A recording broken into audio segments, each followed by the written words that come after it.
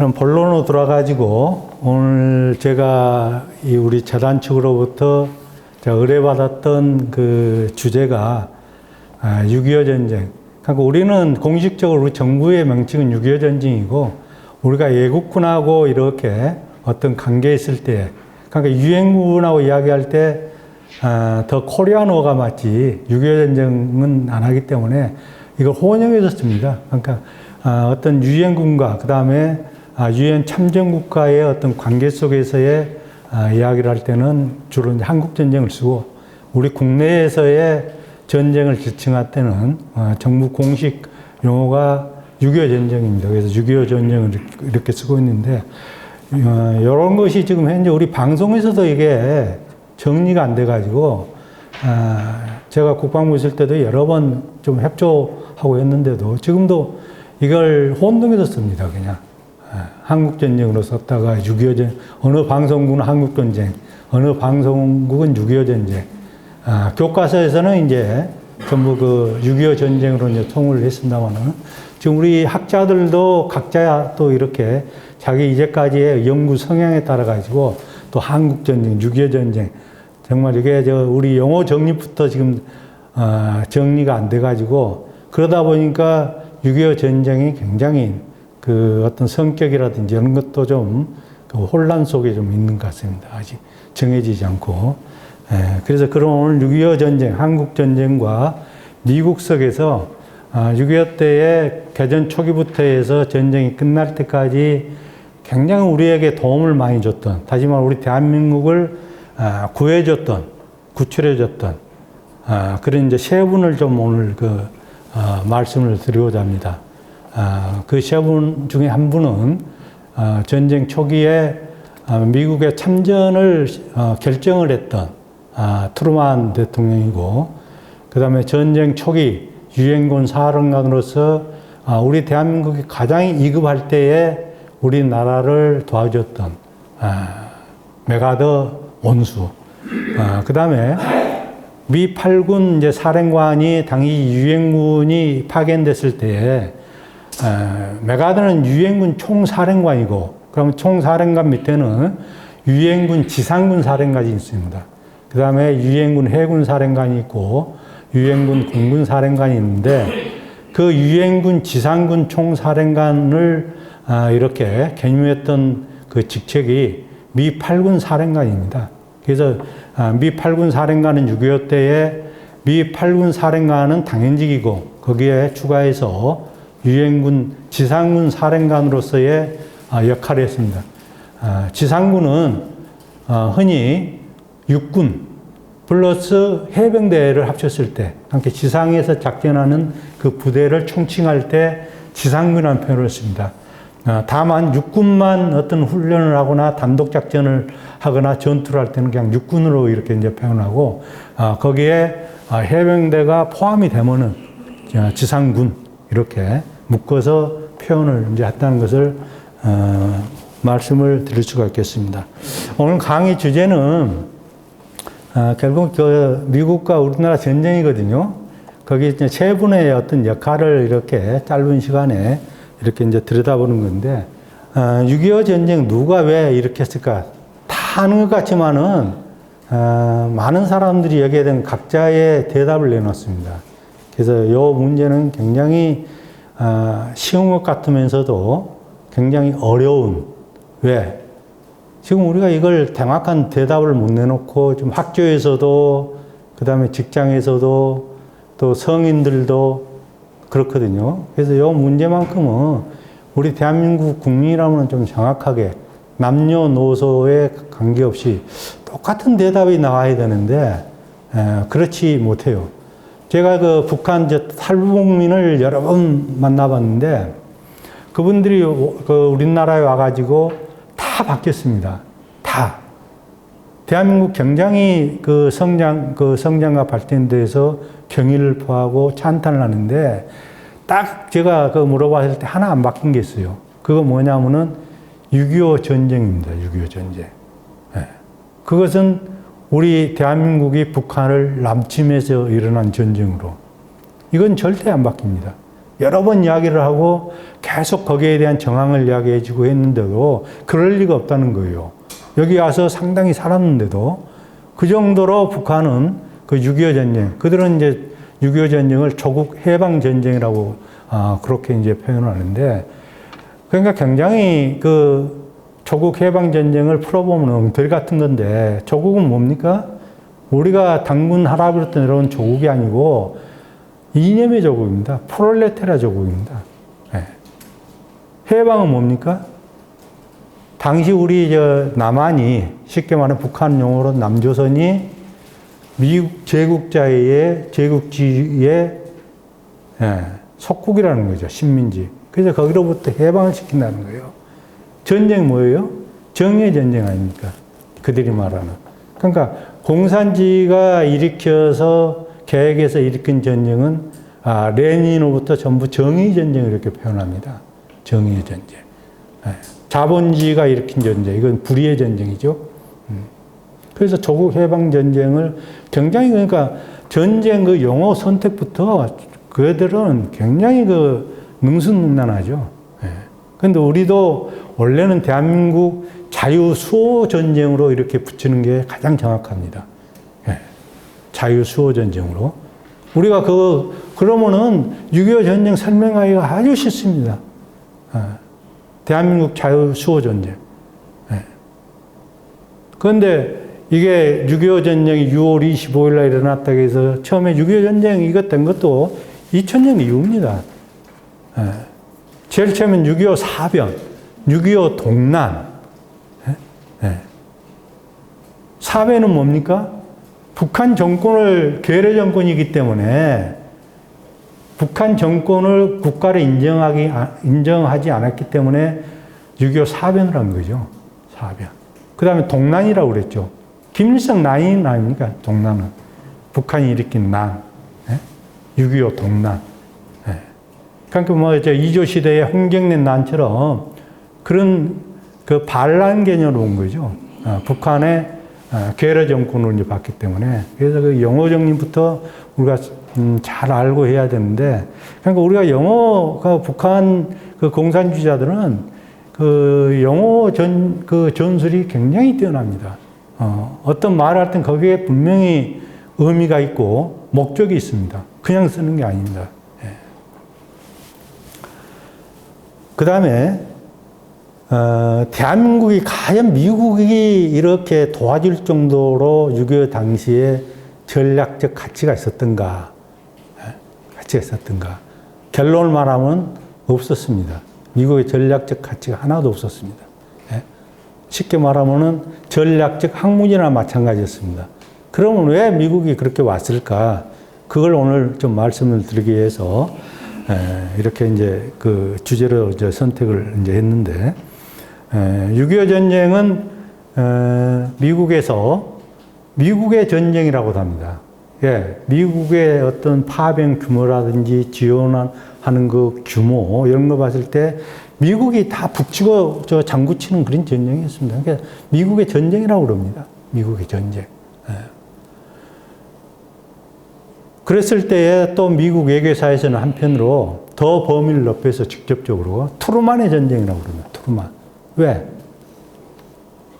결론을 말씀드리면은 미국이 이제까지 6.25 전쟁이 일어나기 전까지 미국이 이제까지 의회에 이렇게 승인을 받아가지고 선전포고에 의해서 전쟁이 시작됐는데 6.25 전쟁만 미국이 선전포고 없이 일어난 전쟁입니다. 트루만의 독단에 의해서 이렇게 모든 것이 결정됐고 미군이 나중에 그 180만 명이 파병이 됐는데 우리나라 국군이 130만 명이 참전한 걸 규모를 봤을 때 미국의 약 180만 명은 어마어마한 숫자입니다. 그게 다 트루만의 결정과 지원 속에서 전부 이루어진 겁니다. 그래서 트루만 전쟁이라고 하는데 그게 과연 맞는지 한번 강의 속에서 한번 답을 한번 여러분들이 찾아보는 시간을 또 갖도록 했으면 좋겠습니다. 그 다음에 트루먼 대통령의 그 신속한 우리 대한민국을 구하기 위한 참전이었었더라면 지금 대한민국의 운명은 어떻게 됐을까? 지금이 아니고 그때는 어떻게 됐을까? 그 다음에 메가더 장군이 그 자기 나라에서 일어난 전쟁처럼 적극적이면서도 적시적절한 그런 어떤 조치가 없었더라면 그때 한국은 어떻게 또 됐을까? 또 메가더가 51년 4월에 이제 해임이 되는데 굉장히 강경한 이제 군사 정책을 주장을 하게 되거든요. 워싱턴에 대해서. 그래서 그걸 이제 결국 워싱턴이 이제 수용을 하지 않았기 때문에 결국 해임이 됩니다. 그러면은 메가더는 왜 그렇게 자기가 해임 될지는 몰랐지만은 결국 결과는 해임이 됐기 때문에 해임 되면서까지 그 한국을 지원하려고 그랬고 한국을 통일시키려고 했던가 이런 것도 한번 우리가 생각해 볼 필요가 있다 하는 말씀드리고 그 다음에 이제 B8군 사령관, 다시 유엔군 지상군 사령관 중에서 이제 6.25 때 4분이 역임을 했는데 그 중에서 가장 오랫동안 2년이 넘게 8군 사령관으로서 우리나라 현 휴전선이 있게 했고 그 다음에 우리나라 국군이 싸울 수 있는 군대로 만들었고 북한과 대적할 수 있는 군대로 만들었던 그 분이 벤프리트 장군입니다. 그럼 벤프리트 장군이 전쟁 중에 한국군에 대한 전력 증강이 없었다면 휴전 후에 우리 대한민국이 또 어떻게 됐을까? 분명히 북한이 또 다시 남침을 했을 때 우리 대한민국은 어떻게 됐을까? 그것은 이제 70년대 중반에 베트남의 운명을 걷지 않았을까 하는 저는 그런 생각을 합니다. 그 다음에 벤프리트가 그렇게 2년 2개월 있으면서 우리 대한민국 이승만 대통령에서 이렇게 돕게 된 동기가 있었는데 그게 뭔지 그것도 제가 말씀을 좀 드리도록 하겠습니다. 앞서 말씀드렸습니다마는 미군은 6.25 전쟁이 3년 1개월 4일 1129일간의 전쟁을 했는데 그 기간에 180만 명, 약 180만 명이 육해 공군 해병대가 들어와가지고 우리나라의 자유수호를 위해서 싸웠습니다. 그 과정에서 전사자 3만 7천 명, 약 3만 7천 명 무려돼서 부상자 실정포로에서 약 14만 명이 희생을 당했습니다. 그 속에서 지금 대한민국이 살아남아서 지금 번영을 이루고 있습니다.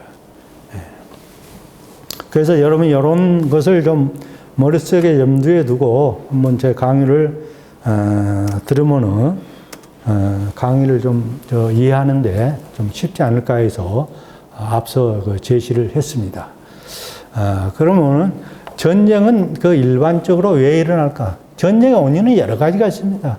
어떤 전쟁을 일으키려고 하는 어떤 정치 지도자, 또 다른 국가를 침략하려는 어떤 군사 지도자, 독재자, 뭐 히틀러나 뭐 무솔리니 그런 이제 류의 정치 군사 이제 지도자들이 있을 것이고 그런데 우리가 일반적으로 전쟁은 왜 일어날까에 대해서 말한 선지자가 있습니다.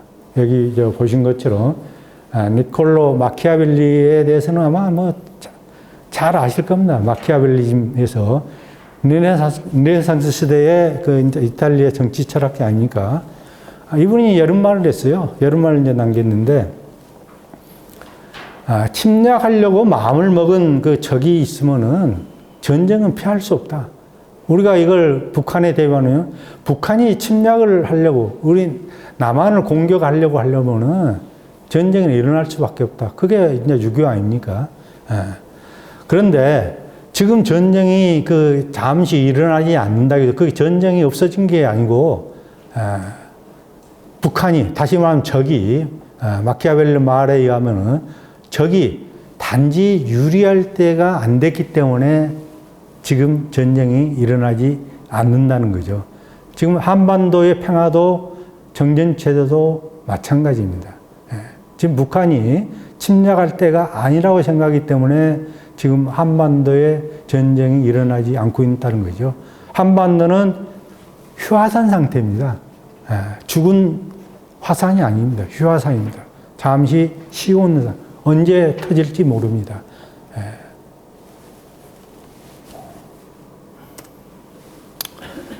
그러면 앞서 제가 질문에서 이제 시작했던 6.25 전쟁은 누가 어떻게 시작을 이제 했는가? 김일성이가 전쟁을 일으키려고 했던 것은 그 여러 가지 정황이 있습니다. 증거들이. 그 중에서 이제 결정적인 게 이렇게 이제 그 나왔는데, 그게 이제 1949년 10월 1일 날 했던 이야기입니다. 혹시 여러분 그 49년 10월 1일이 무슨 날인지 혹시 아세요?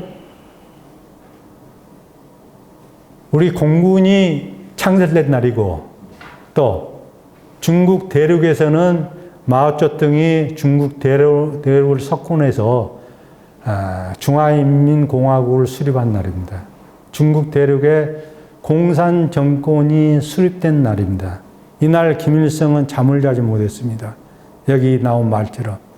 자, 이제 남조선 해방 차례가 됐다. 왜? 중국 대륙이 공산화됐다. 그 다음은 이제 우리 차례다. 남조선 해방 차례가 됐다. 당시 우리 그 국내는 48년 이제 8월 15일 날 대한민국 정부가 수립됐는데, 정부가 수립된 이후에 우리 남한에 잔존해 있는 남노당, 남조선 공산당에 의해서 우리 국내는 굉장히 혼란에 휩싸입니다. 그게 정부 수립 2개월 만에 터졌던 여순 사건, 여수에 주둔하고 14회인데 반란 사건으로 인해서 여순 사건이 터지지 않습니까? 그 이어서 북한에서 우리 남조선, 다시 말하면 우리 남한에서 공산주의를 추종하는 청년들을 북한에 들어가지고 게릴라 훈련을 시킵니다. 그게 북한에 있는 강동 정치학원입니다. 거기서 훈련을 시켜가지고 48년 여순 사건 이후에 본격적으로 태백산맥 루트를 타가지고 10여 차례에 걸쳐서 침투를 시킵니다. 그래서 우리 국내 치안을 혼란을 시킬 목적으로, 더 나아가서는 우리 대한민국 정부를 전복시키기 위해서 그런 획책을 하게 됩니다. 그런데 김일성이 당시 입장에서 그러한 그 빨치산 가지고는 지금 상황을 보니까, 당시 김일성 입장에 보니까 이 대한민국 전복을 시킬 수 없다. 해방을 할 수가 없다. 그러면서 했던 이야기가 나는 해방 문제를 생각하면 밤잠을 이루지 못한다. 그러니까 빨리 하고 싶다는 거죠. 빨리 전쟁이 이렇게 해서 이 남한 땅을 공산당이 지배하는 그런 땅으로 만들고 싶다는 거죠. 그래서 49년 10월 1일 날 이 이야기를 이제 하고 50년 3월 말부터 해서 약 한 달 동안 모스크바를 방문하게 됩니다. 그러면은 갭이 49년 10월부터 50년 3월 사이에 왜 바로 모스크바로 달려가지 않고 약 5개월 동안 텀을 뒀는가? 그 사이에 또 많은 일이 벌어지죠. 50년 1월에 무슨 일이 벌어집니까? 미 국무부 장관인 애치슨 장관이 쉽게 말하면은 태평양 방위선을 발표를 하면서 우리 대한민국과 대만을 미 국동 방위선에서 제외시킨다는 발언을 하게 되죠. 그렇게 됨으로써 김일성이가 확신을 갖게 됩니다. 이제 미국이 한국을 버렸다. 포기했다. 우리가 전쟁을 해도 미국이 다시 오지 않겠구나. 이런 이제 생각을 갖고, 확신을 갖고, 당시 북한에 있던 소련 주재대사 스티코프를 이렇게 움직여가지고 빨리 스탈린하고 날짜를 좀 잡아달라. 그래서 그게 잡히게 되죠. 그래서 50년 3월 30일 날 모스크바를 방문을 해서 4월 25일 날 돌아옵니다. 거기에서 남침을 해도 좋다는 승인을 받게 됩니다. 그러면서 북한으로부터, 소련으로부터 6.25 때 상해했던 막대한 무기, 장비를, 탄약을 들여오게 됩니다. 그걸 가지고 이제 김일성은 6.25 전쟁을 일으키게 됩니다. 그러면서 전쟁을 하려면 또 어떤 전략 계획이 있어야 될 거 아닙니까? 그래서 그게 더 나중에 나왔는데 지금 제가 여기 소개한 것은 북한은 그 우리로 말하면 대한민국사처럼 조선 전사를 고대로부터 현대까지 쓴 게 그게 조선 전사입니다. 전사. 완전 전자 써서 전사. 예. 그래서 거기에 현대편에 해당하는 25, 26, 27권이 우리로 말하면 6.25 전쟁에 관한 그 전쟁사입니다. 전쟁사를 다룬. 예. 그 25, 26, 27권은 조국 해방 전사라고 부제가 붙어 있습니다. 조선 전사 속에 25, 26, 27. 세 권으로 우리가 말하는 그네들의 6.25 전쟁, 그들의 조국 해방 전사를 이제 기술한 책인데, 거기 이제 첫 권인 25권에 북한의 전략 개념을 밝혀놨죠. 미국, 그 북한이나 소련이 가장 그 전쟁을 이렇게 계획을 하면서 두려워했던 것은, 우리가 전쟁을 하면은 남침을 하게 되면 북한이, 미국이 다시 오지 않을까 했습니다. 그래서 여기서 그 김일성이가 밝힌 것처럼 북한은 미국의 대병력이 동원되기 전에 지금 한국에 있는 남한 땅에 있는 주한미군하고 일승만 군대를 완전히 소탕을 한다는 거죠. 그러고 나서 신속하게 그 우리 남한의 남해안까지 그 진출을 해가지고 부산과 마산과 여수와 목포 여기를 점령을 하면은 미국이 오면은 배 타고 올 거 아닙니까? 항구를 점령하면은 미군이 오더라도 들어올 수가 없던 거죠. 그렇게 하겠다는 거예요. 그런 그 전략 그 개념 하에서 북한은 6.25 전쟁을 했고 남침 공격 계획을 세웠는데, 최근에 이제 밝혀진 북한의 이제 소련에서 입수한 그 남침 공격 계획에 하면은 북한은 29일 만에 아까 말한 북한군의 어떤 전략 개념성이 나오는 남해안까지, 그러니까 우리 그 남한 땅을 전부 점령하는데 걸리는 시간을 29일로 잡았습니다. 29일. 당시 북한의 그 능력으로는 그 작전 계획을, 남침 전쟁 계획을 수립할 수 있기 때문에 스탈린이 20명의 군사 고문단, 바실레프 육군 중장을 비롯해서 대령급 작전 전문가들을 보냅니다. 그래서 남침 공격 계획을 수립하라고 한 게 치밀하게 준비를 한 거죠. 그래서 그 사람들이 계획을 짜준 겁니다. 그래서 김일성과 북한 군대는 6.25 때 그 계획대로 움직였던 거죠. 그래서 그 계획에 의하면은 38도선에서 남해안까지의 당시 그 남침 공격 계획을 수립했던 소련군 그 고문단이 350km로 봤습니다. 지금도 정확합니다. 대략적으로 350km가 나옵니다. 항공거리로, 직선거리로. 그래서 그걸 3단계로 이렇게 이제 나눴죠. 그래서 1단계가 38대선에서 수원, 그 다음에 원주, 삼척. 거기가 90km가 됩니다. 그걸 5일 만에 점령한다는 거예요. 5일. 그럼 그 안에 누가 있습니까? 뭐가 있습니까? 서울이 있죠? 서울은 이틀 만에 점령. 그러니까 6월 26일 날 서울은 점령하게 돼 있었어요. 북한이 계획상에. 그런데 28일 날 점령했죠. 이틀이 늦어진 거죠. 그 다음에 수원에서 원주 삼척에서 다음 군산과 포항, 대구 포항을 연결하는 그 선까지 14일 만에 점령하는데 그게 이제 180km가 됩니다. 그게 14일 만에 점령한다는 거예요. 그 다음 거기에서 이제 남해안까지가 80km인데 그건 10일 만에 해서 북한군의 표현대로 하면은 국군 이제 폐단병들이죠.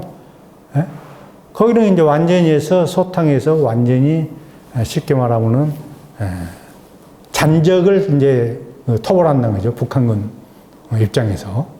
그래서 한반도를 완전히 통일해서 8월 15일, 50년 8월 15일 8.15 광복절 5주년 행사를 서울에서 성대히 이렇게 연다는 거죠. 그게 6.25 때 북한이 남침하면서 세웠던 목표고 또 그걸 그렇게 하려고 했는데 그게 이제 어긋났죠. 왜? 미국이 이제 들어왔기 때문에.